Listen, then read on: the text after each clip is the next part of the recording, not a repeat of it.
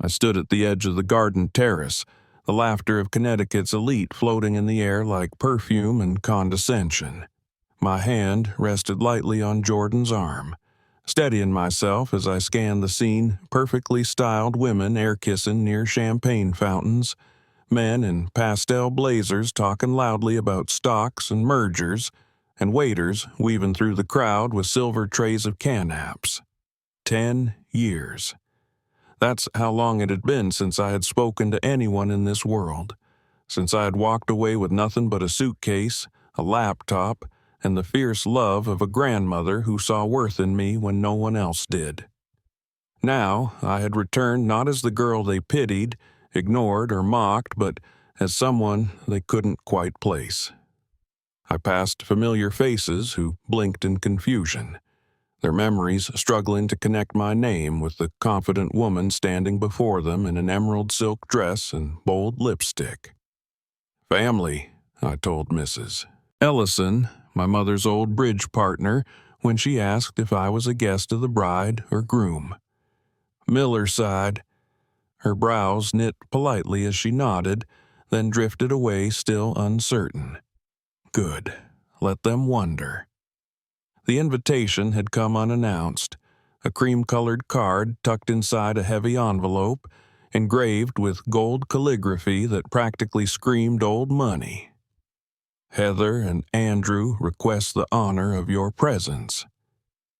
I had read the words 3 times before setting the card down and walking away. Why now? Why me? The last time I saw my sister, she had watched silently while our parents told me I wasn't worth investing in.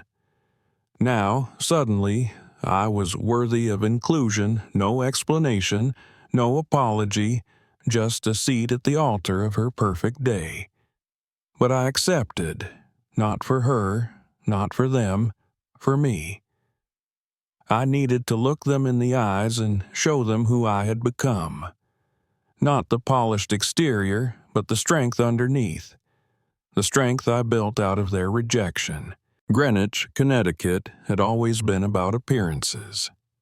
I grew up in a house with symmetrical windows, a white picket fence, and a manicured lawn trimmed every Friday by men who never made eye contact. Inside that picture-perfect house, my mother, Catherine, floated like a Vogue cover blonde, poised, practiced in the language of social graces. My father, Richard, was all sharp suits and sharper expectations, an investment banker with a Rolodex thicker than his patience. And then there were the daughters Heather, their golden child, and me, the smudge on the family portrait. Heather was the blueprint. Tall, slim, blue-eyed, and graceful. I was the footnote, acne-ridden, braces bound, and perpetually out of sync. At school, Heather was the homecoming queen. I was the girl who spent lunch periods hiding in the computer lab, writing code that no one cared about. At home, she was celebrated for getting asked to prom. I was asked why I couldn't wear contact lenses and try harder to look presentable. The message was constant and clear. Heather was the standard. I was the embarrassment. "Maybe you should spend less time on those robot games," my mother said once, catching me building a website at midnight. "You'll never attract a husband like that." But Grandma Eleanor was different.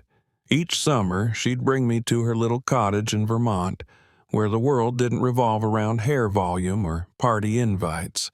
There, she'd listen as I explained code like it was poetry. "Beauty fades," she told me, "but brilliance that only grows stronger." I clung to her words like a life raft through high school. They were the only proof I had that someone saw me, that I existed beyond contrast. But even that lifeline stretched thin. During Heather's graduation party, our backyard transformed into something out of a wedding magazine. I'd worn a navy dress with white flowers, my acne concealed under layers of makeup, my curls tamed into submission. I dared to hope, until I heard Heather's friends laughing. "What is she wearing?" Amanda snorted. "I'd die if people thought we were related." And then Heather's voice low, familiar. "She got the bad genes." Laughter followed. My mother, overhearing, offered no defense, only a tight smile and a command. "Heather, sweetheart, the Andersons just arrived." It was that night I stopped asking for acceptance. I poured everything into my studies, into programming, into building a future they couldn't deny. When Stanford's acceptance letter arrived with a partial scholarship, I walked into the dining room like I was offering gold. My father barely glanced at it. "That's in California." My mother pursed her lips. "Still quite expensive. Heather's law school takes priority." They called it being practical. I called it betrayal. Then came the words that changed everything. "You're the ugly duckling of this family, Brianna," my father said. "No college degree is going to change that." I didn't cry in front of them. I walked out and closed the door behind me. But when Grandma Eleanor called the next day and I told her what happened, she said only, "Meet me at the bank." She handed me a cashier's check for $20,000 and whispered, "Go. Become who you're meant to be." I left Connecticut 2 days later without saying goodbye, only a note. "I'm going to become someone you'll regret dismissing." Seattle welcomed me with drizzle and indifference. I accepted both. I had enrolled at the University of Washington. Stanford was out of reach financially, but I was free. I shared a tiny studio with 2 roommates I barely knew. I worked mornings at a cafe, nights at a diner, weekends at a data entry gig. I slept on a mattress on the floor, showered in flip-flops, and ate more instant noodles than I'll ever admit. But I coded. Every spare moment, I coded. I applied for scholarships. I won a coding competition. And when I met Professor Morgan, who saw in me what my family never did, my life shifted. It took years to become who I am now, to build a company, to fall in love, to stop waiting for their apology. And now, here I was, sipping a champagne in the backyard of the very world that told me I'd never be enough. Not to ruin anything, not to prove anything, just to be. That was the revolution. That was the revenge. Heather hadn't spotted me yet, but when she did, when her eyes finally met mine, I would smile, because I was no longer the girl they discarded. I was the woman they couldn't ignore. Her gaze found me across the terrace at the exact moment she turned to adjust her veil and caught the reflection of my dress in the tall glass windows behind the bar. It was quick, just a flicker of surprise, but I saw it. Her spine stiffened. Her hand, previously fussing with a champagne flute, froze midair. And, for a beat, the world around us held its breath. Then, with the poise drilled into her since birth, Heather turned back to her bridesmaids as though nothing had happened. But I knew better. That flicker in her eyes, that was recognition and fear. Jordan leaned in and whispered, "That was quite the reaction. Do I need to get the popcorn ready?" I smirked. "Let's wait till the vows. That's when it gets juicy." His soft chuckle grounded me. God, I loved him for moments like this, for his quiet strength, for knowing exactly when to joke and when to just let me be. The pre-ceremony crowd shifted as more guests arrived. I caught glimpses of names I hadn't heard in a decade. Dr. Marshall, who used to play tennis with my father, Claire Mendel, who once told me I had a scholarly look as though it were a terminal illness, and Mr. and Mrs. Talbot, who'd gifted Heather a designer clutch for her Sweet 16 and offered me a self-help book about posture, all still locked in the echo chamber of Connecticut's pristine delusion. As we made our way toward the cocktail bar, the chatter broke for a moment and I heard my name in a half-hushed tone. "Brianna?" I turned. Standing just a few feet away was Aunt Valerie, my mother's younger sister. Unlike the others, her shock didn't try to disguise itself behind social niceties. Her eyes widened and her mouth hung open for a second before she composed herself. "I almost didn't recognize you," she said, stepping forward. "You look incredible." Her words were genuine. That was the thing about Valerie. She had always been softer around the edges, less concerned with status and more with people. "Hi, Aunt Val," I said, my voice even but warm. She hugged me briefly, then stepped back, still appraising me. "I wasn't sure you'd be here. I didn't think." She stopped herself, unsure how much she was allowed to say. "No one did," I said simply. "Not even me." Her eyes flicked to Jordan, who introduced himself smoothly, winning her over in seconds with his natural charm. "He's handsome," she whispered to me after a sip of her drink. "And he adores you, I can see that already." I smiled, touched despite myself. You always notice the right things. The ceremony began precisely at 4. I chose a seat deliberately mid-row, far from the reserved section labeled family, where my parents now sat with measured dignity. I saw them only in profile, my mother, still statuesque in silver gray silk, her posture flawless. My father beside her, jaw set like a man determined to power through a board meeting. Neither had acknowledged me yet. Maybe they hadn't noticed. Or maybe they had, and were pretending otherwise. Both possibilities rang hollow with familiarity. Heather appeared, radiant in a white satin gown, flanked by her bridesmaids like swans gliding in synchronized formation. There was no doubt she was beautiful, and I didn't begrudge her that, not anymore. I watched her walk down the aisle toward Andrew, who stood confidently in a tailored navy tuxedo, looking like he stepped off the cover of a wedding magazine. The crowd sighed collectively, and the string quartet swelled with a carefully curated Mozart piece. As I sat there, watching them exchange perfectly rehearsed vows, I wondered what Heather had told him about me, if anything. Did he know there had once been 2 Miller daughters, or had I been scrubbed from the record entirely, like an outdated software version no longer supported? When the officiant pronounced them husband and wife, the guests erupted into applause. I clapped too, politely, mechanically. This wasn't about celebration. This was about witness, about presence, about reclamation. The reception was held in the grand ballroom, where chandeliers sparkled like crystal constellations. Name cards guided us to our table 14, nestled near the outer edge, far from the family cluster surrounding the couple.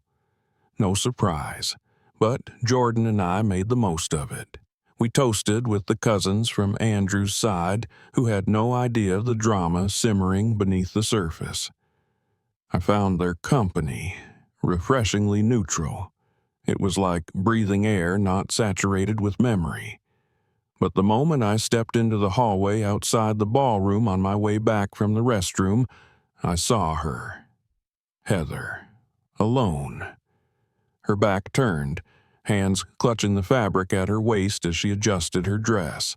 She turned at the sound of my heels clicking against the marble. Our eyes locked. Neither of us spoke immediately. "I wasn't sure you'd come," she said after a long silence, her voice surprisingly soft. Not defensive, not condescending, just tired. "Your invitation was unexpected," I replied, keeping my tone neutral. Was it your idea? A pause. Yes, she admitted. Well, I asked them to send it. I nodded. That, at least, explained the lack of context. You could have written a note, I said. Called. Said something. Her eyes flickered. I didn't know what to say. You had 10 years to figure it out. She looked away, and for a moment, she seemed less like the perfect bride and more like the girl I once knew. The one who used to sneak candy into our shared room, who once taught me how to curl my hair, who laughed too loudly during movies. You look amazing, Brianna, she said suddenly, and I almost laughed. That's new, I said. A compliment. From you. She flinched slightly. You always had it in you, she said. I just didn't know how to handle it. Handle what? My face? My grades? My refusal to disappear?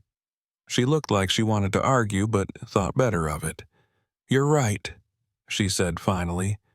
I wasn't kind. I let them treat you like less, and I didn't stand up for you.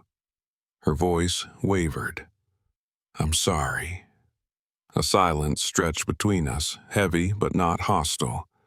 I studied her face so familiar, yet marked now by something deeper than makeup could hide.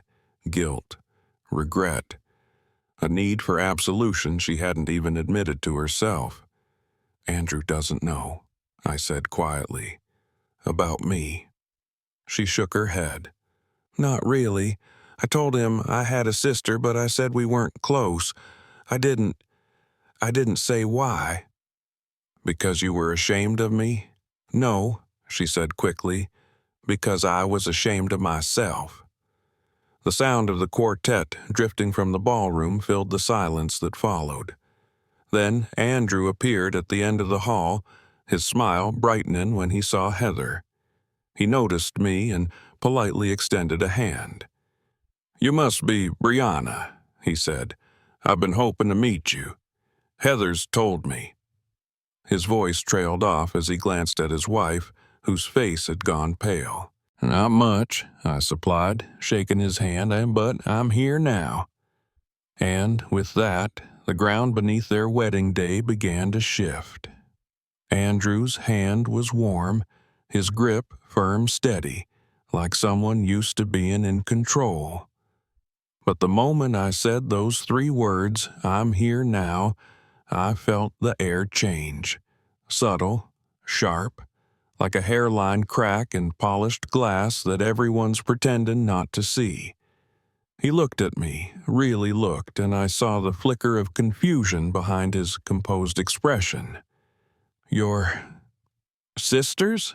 He said slowly, glancing between us as if we were a puzzle he hadn't realized was missing pieces. Heather's face tightened. Andrew, but I cut in gently.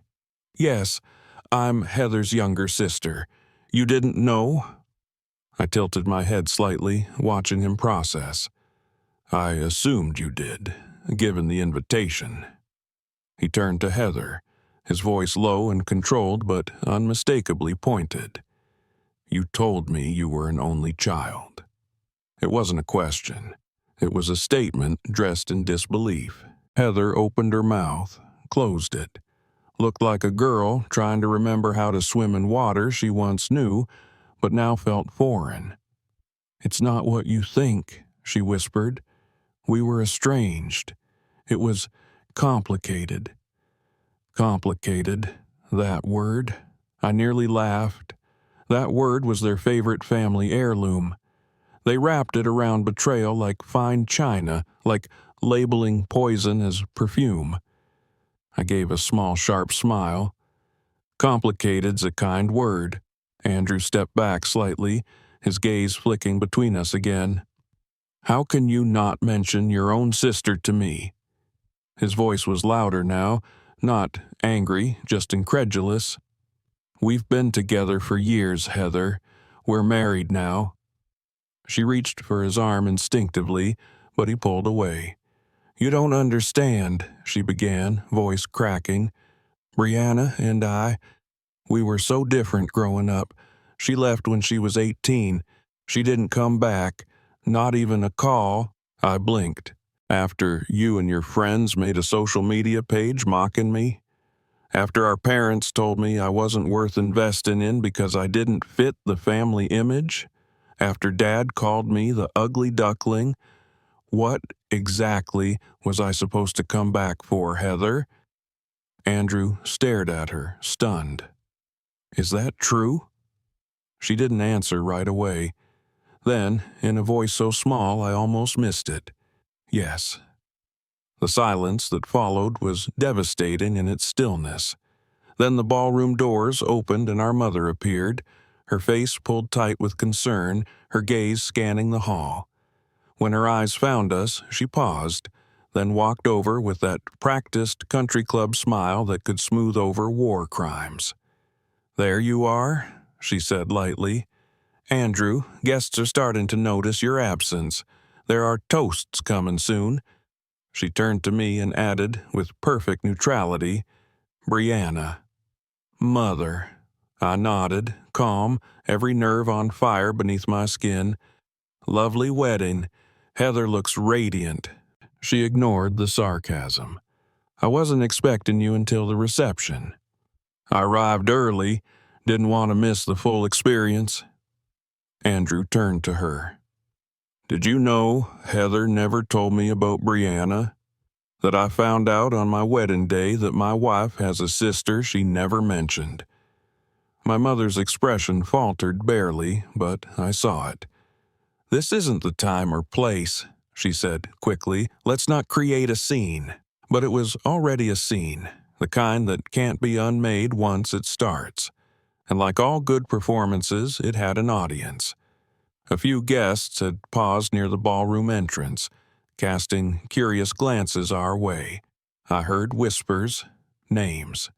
Andrew turned to Heather again. "You erased her," he said, voice low. "Why?" Heather's face crumpled in that instant. No tears, no dramatics, just the raw, stripped-down look of someone realizing they'd built a life on omissions. "Because I thought if I ignored what happened, it would go away," she whispered. "Because I was ashamed of what we did, and because I didn't think she'd ever come back." "I didn't," I said, "until you asked me to." Heather swallowed hard. I didn't know how else to reach out. I took a step forward, not to intimidate, but to close the space where silence festered. "You could have said, 'I'm sorry.'" My voice wasn't angry. It was steady, calm. "You could have said, 'I remember what we did to you, and I want to make it right,' but you didn't. You just sent a card with gold foil lettering and pretended everything was fine." Andrew exhaled and looked at me, his eyes steady. "Brianna," he said, "would you join me for a moment?" He turned to Heather. "You too." We followed him in silence down the hall and into the club's small library. He shut the door behind us. The heavy thud echoed like a gavel. He turned to Heather. "You have one chance," he said quietly. "Tell me the truth.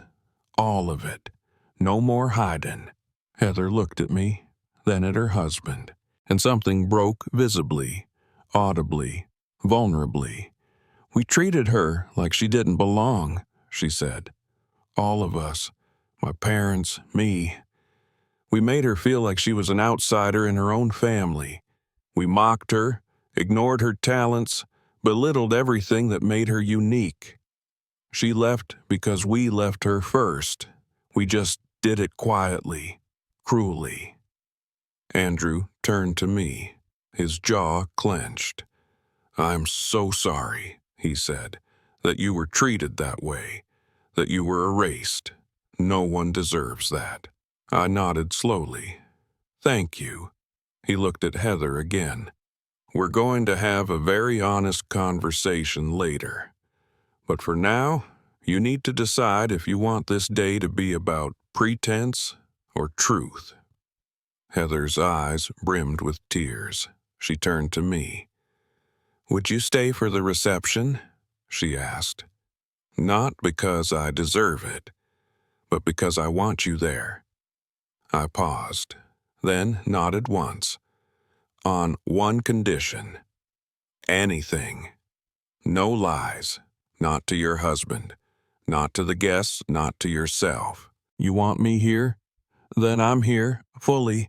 The whole story. The whole me." Her voice trembled. "Okay." Andrew opened the door. "Then let's return to the party," he said. "But this time, with all the guests invited."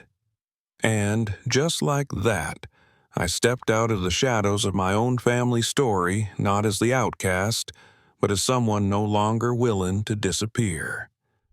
We returned to the ballroom with a kind of silence wrapped in purpose. It wasn't dramatic, just intentional. My heels clicked against the polished floor with a steadiness I'd earned the hard way. Andrew led the way. Heather beside him, no longer the flawless bride, but something more fragile, maybe even more real. As we passed the guests, I saw the confusion ripple, subtle as wind through grass. Eyes flicked toward me, then to Heather, then back again. Whispers trailed behind like perfume.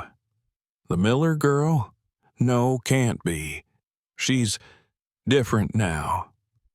At table 14, Jordan stood as we approached. His gaze landed on Heather, first measured, watchful, then flicked to Andrew, then finally to me. I gave him the faintest nod, one only he would notice. "I'm okay," he smiled. A small, proud thing that pressed a palm softly against the center of my chest. "Care to rejoin us?" Jordan said gently, pulling out my chair. "I'm not sitting there," Heather said suddenly.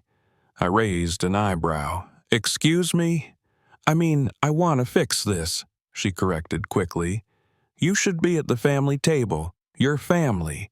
That's where you should have been all along." There it was again. A moment that should have felt triumphant. Instead, it ached. Not because it wasn't welcome, but because it came so late, after so much. Like handing someone a bouquet of roses after you've already raised their garden. Still, I looked at Jordan. "You mind?" "Only if they make you toast," he said. I smiled. "They won't." We moved. I took my seat at the end of the long table adorned with cascading orchids and wine glasses so thin they seemed designed to shatter under scrutiny. My mother sat opposite, her smile fixed but tight, like it had been stapled in place.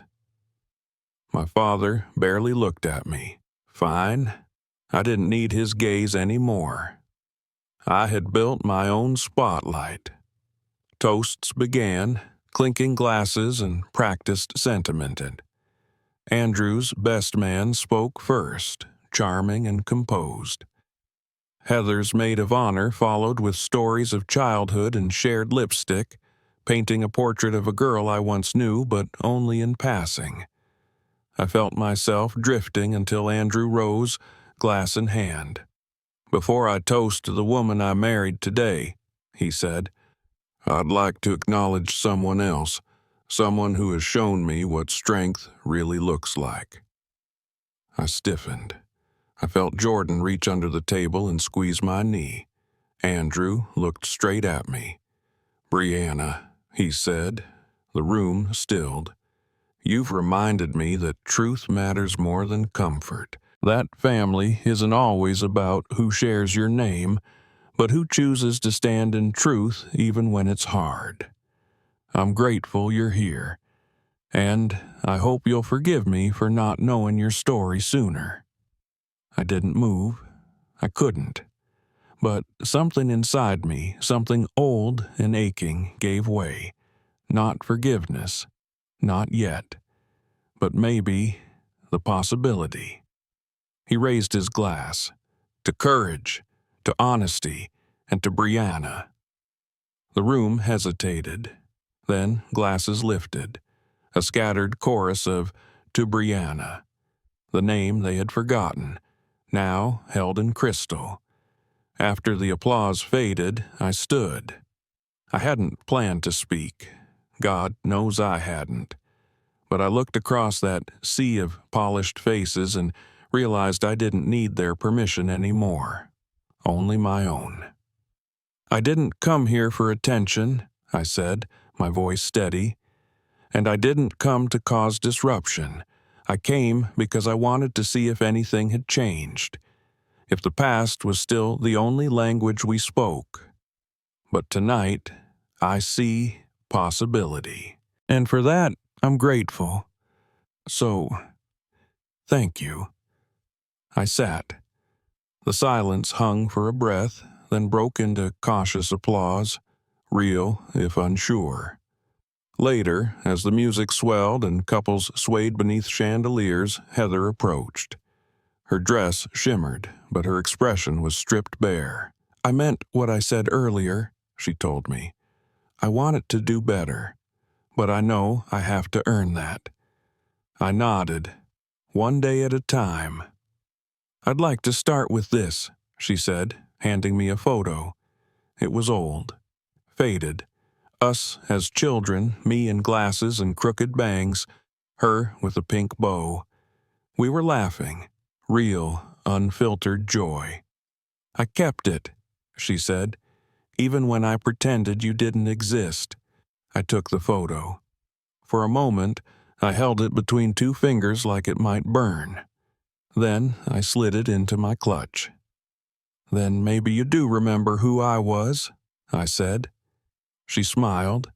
Not perfect, not practiced, but human.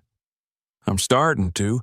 As Jordan and I left the reception, the night cool around us, I glanced up at the stars scattered across the velvet sky. I wasn't the girl they once shunned. I wasn't even the woman who needed to prove anything. I was simply Brianna.